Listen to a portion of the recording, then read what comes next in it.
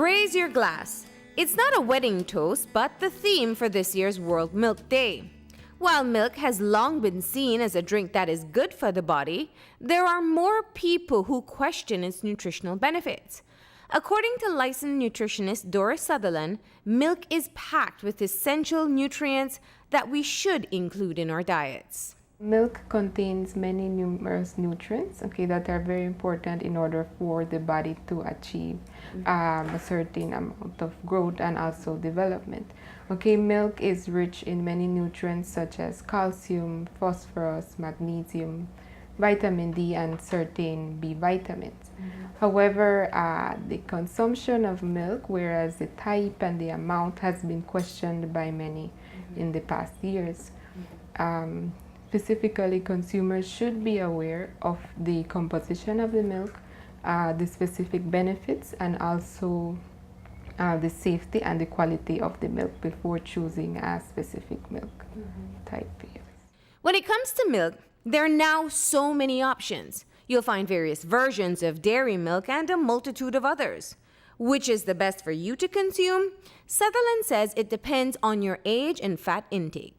Whether animal milk or any non-dairy milk, it's first of all important to know exactly the content of fat, the amount of protein it has, and the types of vitamins and minerals that you will be consuming from that milk. Normally, cow's milk can be classified by the way it's processed, or it can be classified by the amount of fat that it contains. Whole milk contains more fat than semi-skim milk. Semi-skim milk contains more fat than skimmed, and then skimmed contains more fat than low-fat milk. So it would also depend also on the age. For example, children are recommended to have whole milk, especially if they have a very low-fat intake. However, the older we get, then skimmed milk can be consumed. But then we have some populations that are either lactose intolerant. About 65% of the population is lactose intolerant. So that is when we'd have to choose a non-dairy product, which would be or soy milk, almond milk, rice, oats, or maybe even coconut milk.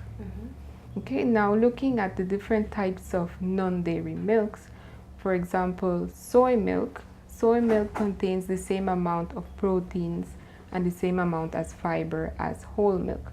However, it has less fat, making it better than consuming a cow's milk. The problem with soy is that it has been found to increase the risk of certain cancers, specifically breast cancer, because of its high estrogen levels. However, it has not been banned completely from the person's diet. So it can be consumed when a person does not suspect any cancer risk. And in regards to almond milk contains only 1 gram of protein, does not contain any fat. The problem with almond milk is that some have up to more than 10 grams of sugar. And then would be consuming more sugar than, let's say, calcium and vitamin D. Almond milk in its natural form does not have any calcium or vitamin D. One rule of thumb is to read the label. Your almond milk should be enriched with calcium and vitamin D and have no more than 10 grams of sugar. What about those who don't like the taste of milk or are trying to cut out animal products altogether? There is a replacement. You can go for yogurt, you can go for low-fat cheese, you can go for green vegetables that contain large amount of calcium. Also nuts, almonds, pistachios, those foods also contain certain amount of calcium.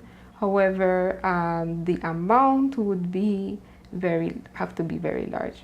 With drinking just 1 glass of milk a day, you can cover most of your nutrient requirements, whereas to having, let's say, broccoli for lunch, you'd probably have to have very large amounts to get those calcium levels.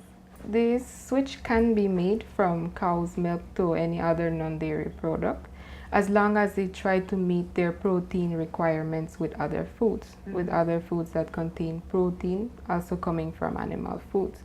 Now, this might be a little concern for vegans that do not consume any type of animal food, and especially those that want to eliminate the cow's milk completely. It's all a matter of obtaining the adequate amount of protein and balancing it out with other meals throughout the day.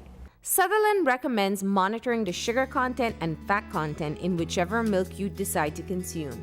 Of course, babies 6 months and under should have only breast milk.